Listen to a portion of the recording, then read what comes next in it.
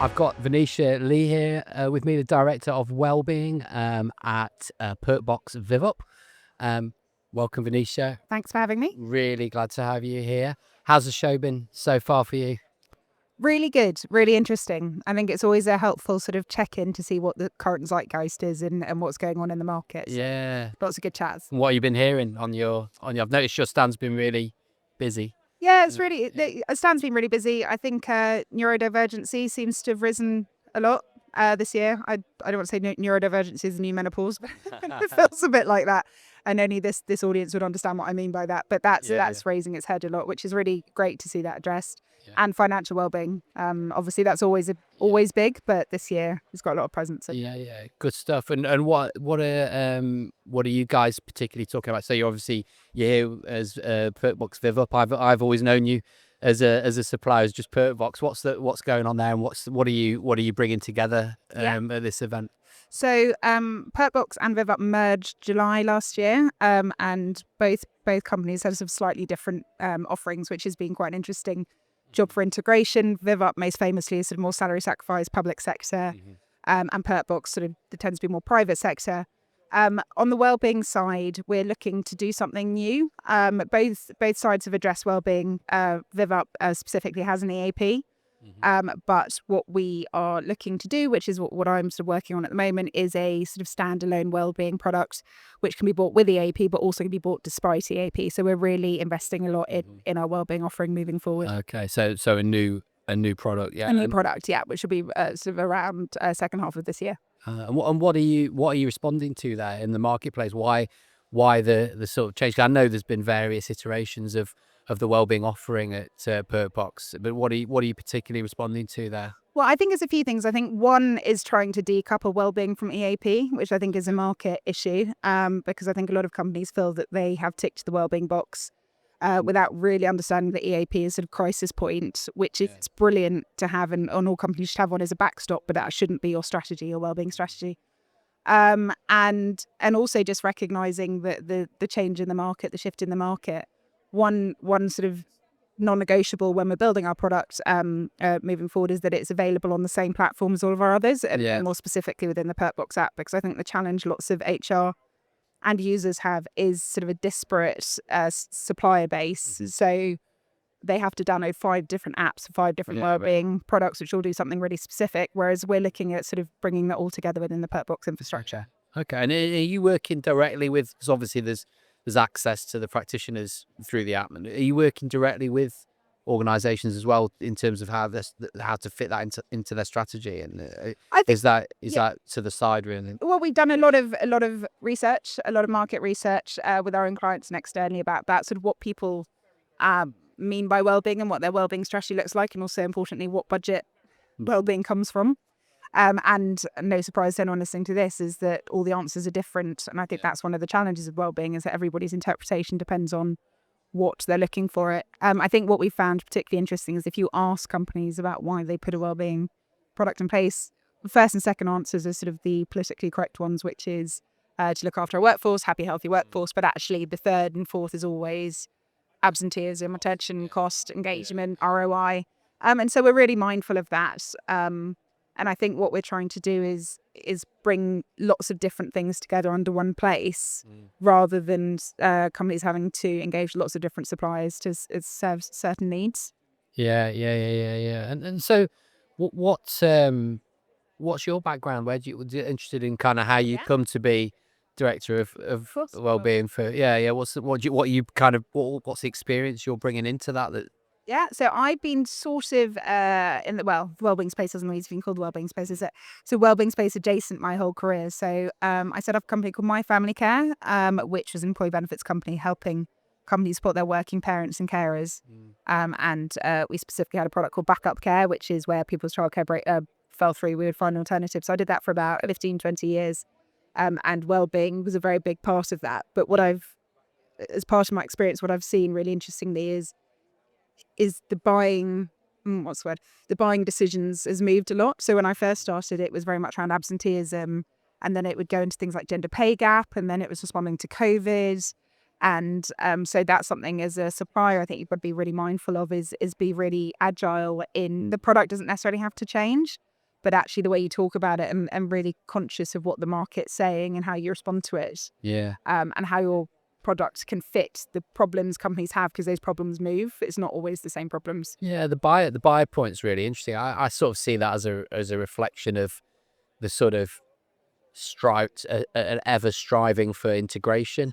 So I was chatting to someone about this yesterday. It's like there's, you know, it obviously can be more strategic if you integrate more, but the people want to be more strategic, right? But the more you try to integrate, the harder it is. The more things you try to integrate, the harder it is. So, there's like I can see various efforts to integrate even like DEI into wellbeing, health and safety into wellbeing, environment into wellbeing, and that would be brilliant in the end, and back to your point about putting everything in one place could create clarity. But there's also that issue, I think, for employers that in the interim, whilst they're trying to create that integration, it actually creates complexity and perhaps confusion. Are you seeing Yeah. you seeing that? 100%. And when we're looking at the strategy for our new products, we have to be quite careful where the guardrails are, because lots of these things, exactly as what you're saying, bleed into each other. And actually, what we're trying to stay away from for now anyway is health. Because I think that there's loads of brilliant providers here who say they're brilliant in the health space, but I think that that's a health insurance, occupational health side of it. And we're trying to keep our wellbeing as clean as possible to avoid that confusion, because otherwise people end up double, triple paying for the same thing because there's so much merge. Yeah, no, that does make sense.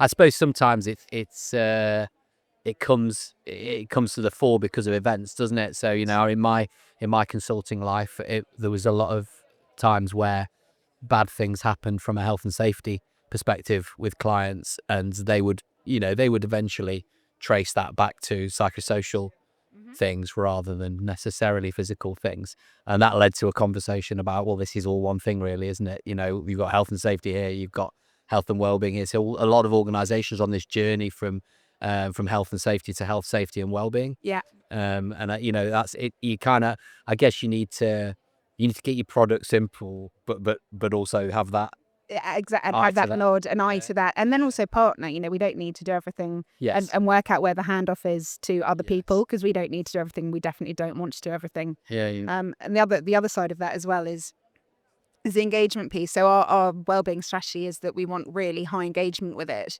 and we're adding in things like challenges and things like that, which you get a really great engagement with the businesses, because then you can learn about your staff. Because I think that's the problem as well. If you have super niche products, you don't really ever get that holistic view of what's going on. Yeah. How do you get that balance then between that's high engagement versus high impact in terms of really changing people's working lives? How do you find that balance, or help your client organizations? I think it's again, part of our strategy is that diversity. Is so we have the high engagement. I'm doing air quotes, but you can't see. And low impact, because sort of, I don't want to call it low impact, but lesser impact maybe, versus those low engagement, higher impact, but more niche products. Because I think you need both. I think the higher impact ones kind of are the roots to the product, and they're the ones which sort of make it really sticky and commercially. It's quite hard to switch off some of these initiatives once you publicize them within a business, so that's good for us. But actually, you need people to engage with the website, and we need to learn about them. One of the words of our new product is hyper-personalization, which is a really bespoke well-being platform. So obviously, the word of the day, or the words of the day, is AI at the moment. So a lot of insights. It's about us looking at what machine learning, about how are you using the platform, what can we feed back to you, so that it's genuinely useful. And it's not kind of a flat wellbeing platform with a bunch of resources, which I think a lot of them have ended up being. Yeah, and that is the benefits world, isn't it? It's been characterized really by this marketing persona driven personalization. But I suppose that is one of the brilliant things potentially about AI, in that it allows almost like a conversation to personalize, and it's just a different lens or a different capability around personalization, perhaps. And I think that's also a way for HR, well, for everyone, but to bring forward those lower engagement, higher impact to the right people at the right time. I remember talking to an HR manager a while ago, and she's saying that they'd launched a fertility benefit. And they'd found it really hard to comms, because you can't put it in your newsletter every week because it's not relevant to nearly everyone, but the people it is relevant to, you want to make sure you hit. Whereas actually by baking those into our platform and that high personalization, we can identify who might be a suitable candidate and then bring that forward to them. But if you're not suitable, then you just never really need to see it. Yeah, so it's a sort of feels more natural that they're being served that because it's come from them. Exactly, it's come from them, or we can profile to an extent. But I think, talking to HR professionals, one of the big problems is that engagement and comms and how do you do it and managing different providers, and hopefully our new wellbeing platform addresses a lot of those challenges.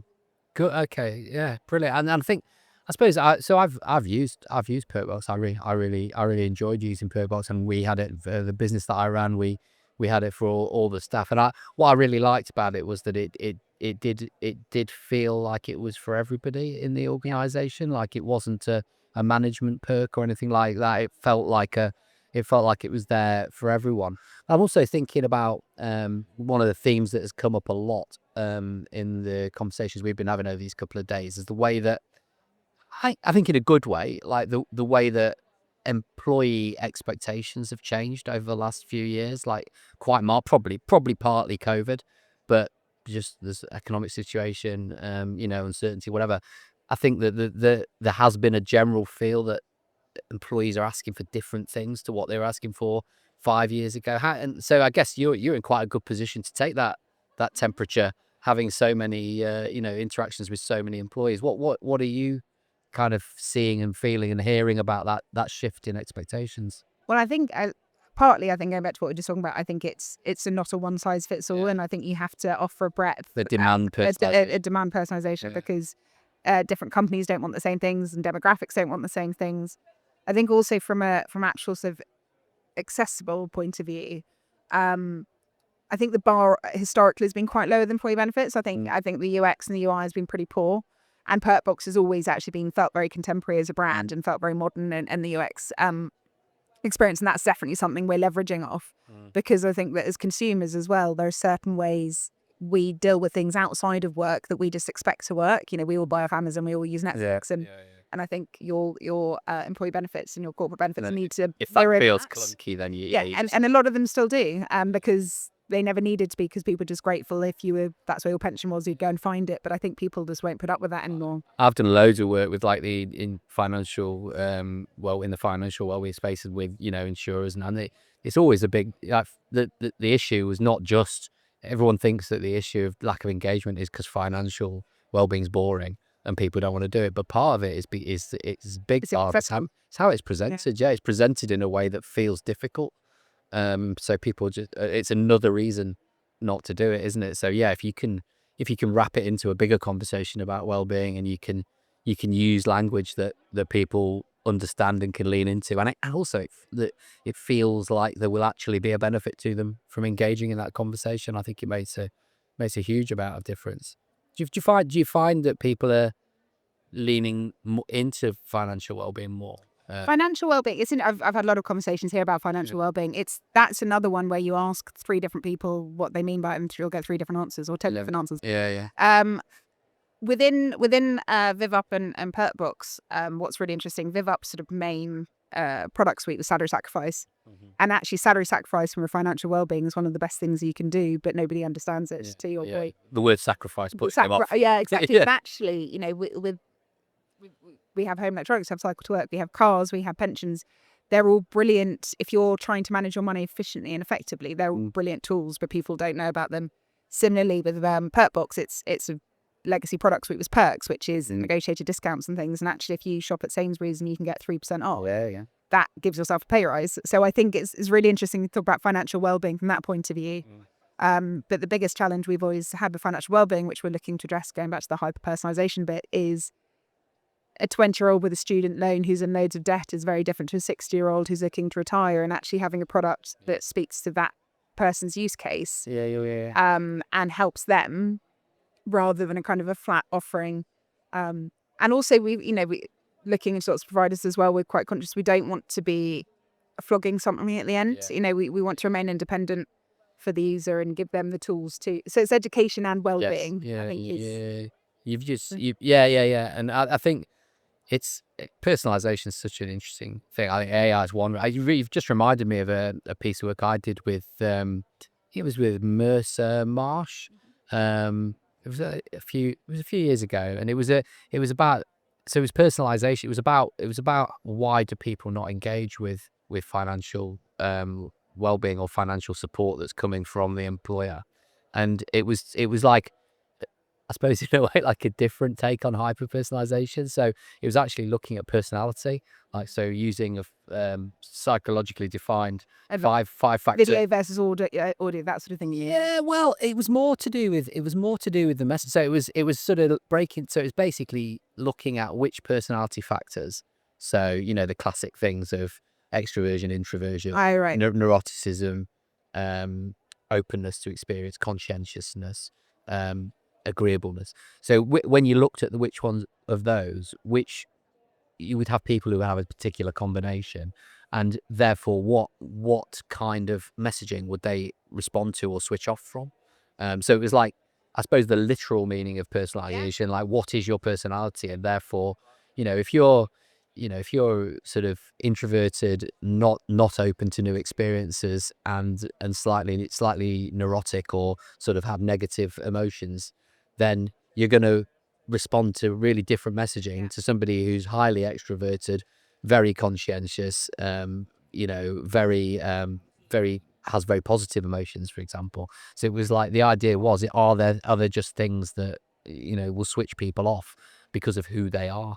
And it was really interesting. There was like a prescription almost of, okay, so avoid these kinds of messages around financial well-being, and the things that would motivate you by the future, and your future financial position would be different for people with 3 different personality types, for example. Makes So, a lot of sense. yeah. And of course, you know, that's the kind of thing now you could build into AI, couldn't you? Is that kind of insight. Response. Yeah. And I think where we are, no, that's a really good point as well, because the other bit in the room is that obviously we're doubling down on digital. You know, it is presuming you have smartphone access. Well, there's browser versions available as well, but historically Vivup in the NHS, it's been interesting because people aren't sitting at their desks all day, and you have to be conscientious that.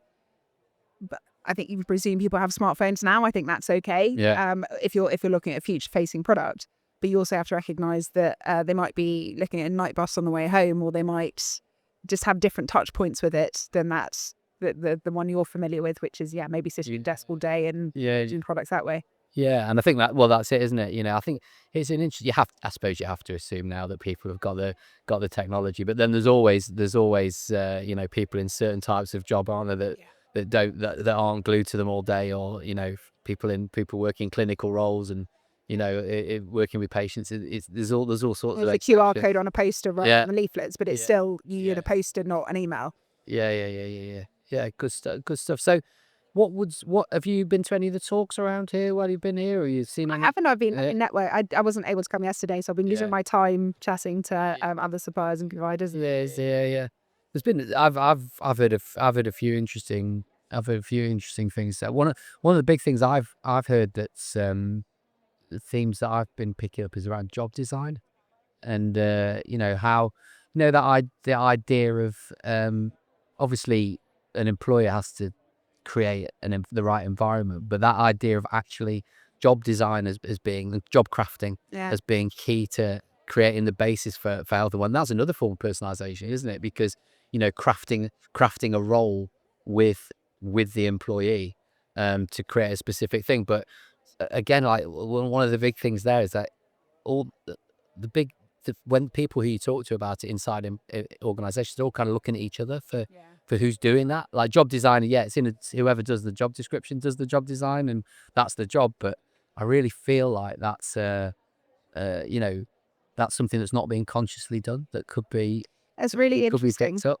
I think one of the aspects we're looking in the personalization as well is obviously, you know, you have you as a person, but also it's your work, how you work. So a nurse who's on their feet, will need different physical well-being tools than potentially somebody sitting at a desk. And we found post-COVID, and I know I was saying we weren't bleeding into health, but there's probably bleeding into health a bit, you know, MSK issues and people sitting at their dining room chair and not having correct support because they never thought they wouldn't go back to the office and stuff. And actually we're looking into those sort of virtual physios and those sorts of videos about, so one of the aspects of identifying people is, are you a hybrid worker, are you an office worker, are you at home, are you on your feet, or are you at your desk? because actually that changes quite a lot of what physical well-being tools are helpful. And what you're looking for is I've been doing some having some conversations with some of the people who are looking at like NHS facilities, so looking at Hospital 2.0 and the building. There's a real like real shift in the design of buildings. Loads of stuff around using smart technology in the buildings in Hospital 2.0, but obviously what comes with that is that it's an entirely different set of processes for how you get the work done. So I would have thought, with those kind of things in mind, strategically, you guys, how you offer what you offer and what you offer in an entirely different hospital. You've got an old hospital there and a new one there. Absolutely. You must be a real and job role as well. Yeah. If you're thinking about mental well-being within Vivup EAP, we have a lot of public sector, a lot of police forces, and actually a traumatic day at work for a police officer is very different to my traumatic day at work. And actually recognizing that as well, and where we can build in sector-specific resources, working with the NHS, working with the police as well, to go how you can handle situations at work which aren't the generic ones companies would do.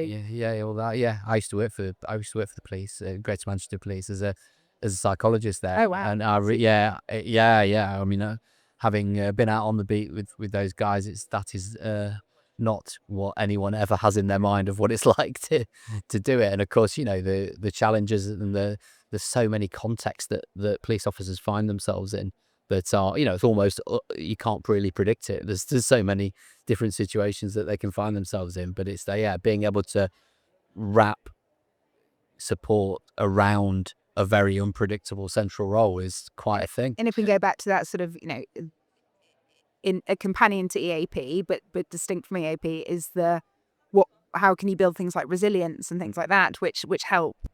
That crisis point in EAP should be there, absolutely, but other things, well-being strategies or things that people can do to protect them. Yeah. And how have you gone about sort of building that real preventative thing into your? So you've talked about personalization, but like how, in terms of, I guess, how your product is used, how have you gone about? Because presumably you guys have been on a journey. I assume mostly at the beginning. Well, I know from experience it was mostly the financial stuff is there, the benefits are there. But how have you encouraged employers to use it in a more preventative way? The product's not live yet, so it's coming second half of this year. But the existing. So I think it's the new product with AI, because obviously you have outbound notifications, you have prompts and things like that, which are fine, but we all know that you can tell when a prompt's generic, or you can tell when a prompt's for you. And I think the next version of the wellbeing platform, where it is your prompt based on your behavior, you're much more likely to engage with it and what we know about you. So that's exactly why we're using the AI tools. We're also will have features in it which will encourage people to come in. So, for example, it'll be linked to wearables. Okay. So, and then we can feed you insights back. Yeah. And then it'll have a habit tracker, goal setting, all those sorts of things. So you must have to work quite closely with the internal people who own wellbeing to use that. The way they introduce that will presumably make a big difference as to how much people use it, but also how they use it. And they're, if you're asking them to take a bit more responsibility and get on that preventative track, it needs to be introduced in a particular way. Yeah, absolutely. The champions, internal champions are always huge, but I also think that the addition of challenges do get really high engagement. So actually, if there's a company-wide ... challenge, and actually that's championed as well, that gets everybody in. And then when they're in, then they can see the other stuff, and we kind of learn who they are and things. So the challenges is a really important sort of onboarding tool, despite everything else as well, to get people. But it's helpful because we'll have to at launch step challenges and meditation challenges as well. So you've got the physical and the mental, but we can do bespoke challenges. Companies can do their own internal challenges, but people get really into them. And that's a great way to get engagement going. And then we can start with the personalization sort of prompts and things. Okay, good. And I'm going to ask you one more question before we wrap up. So one of the big, obviously, engagement is massive, but the big mantra with all this stuff is that leadership is, you can't do this in terms of embedding the health and wellbeing approach and the values associated with health and wellbeing without gaining leadership.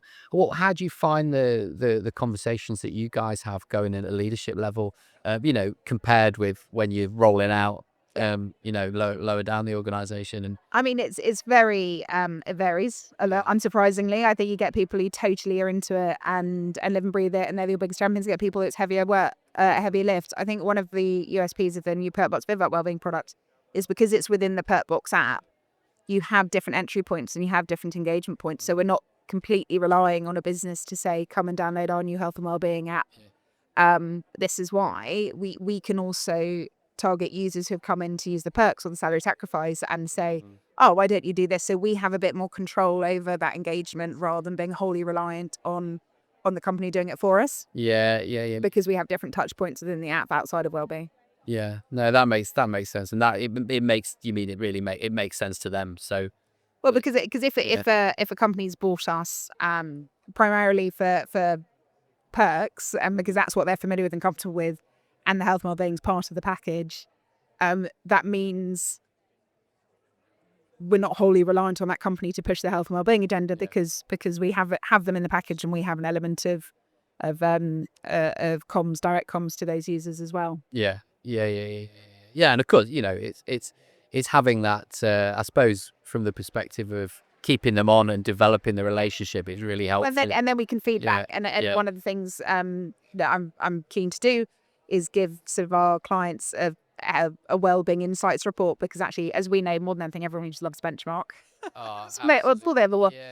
So we have really, really good data analysis within the business, and so actually feedback and going, this is how you're tracking against your competitors, and that's all anyone wants to see, really. One of the it really is. One of the things I've found really popular as a lens for that stuff is the language of maturity for that. So if you almost you can boards love talking about maturity because they're used to hearing it in particularly health and safety language, but I did some work to broaden that out to create like a maturity matrix for health and wellbeing. Wow. So that was that they really liked that, because they were like, okay, we can decide whether we want to be level 5 maturity. Maybe we don't need to be. Maybe we're only one that needs to be level 4. But if we're at 2 now, that means the next step is 3, and this is what 3 looks like. And they love to see that progress. And you guys as the supplier are taking on that journey. So it's a nice, that's really interesting. It works well as a lens for that stuff. Kind of an overarching number. Yeah, they can work to against it. Yeah, and a few criteria for each stage of maturity. That's what. Yeah. Okay, listen, that has been a really interesting conversation. I've really enjoyed it, and thank you for getting involved, and also enjoy the rest of the show. Thanks for having me. That was great. Good stuff.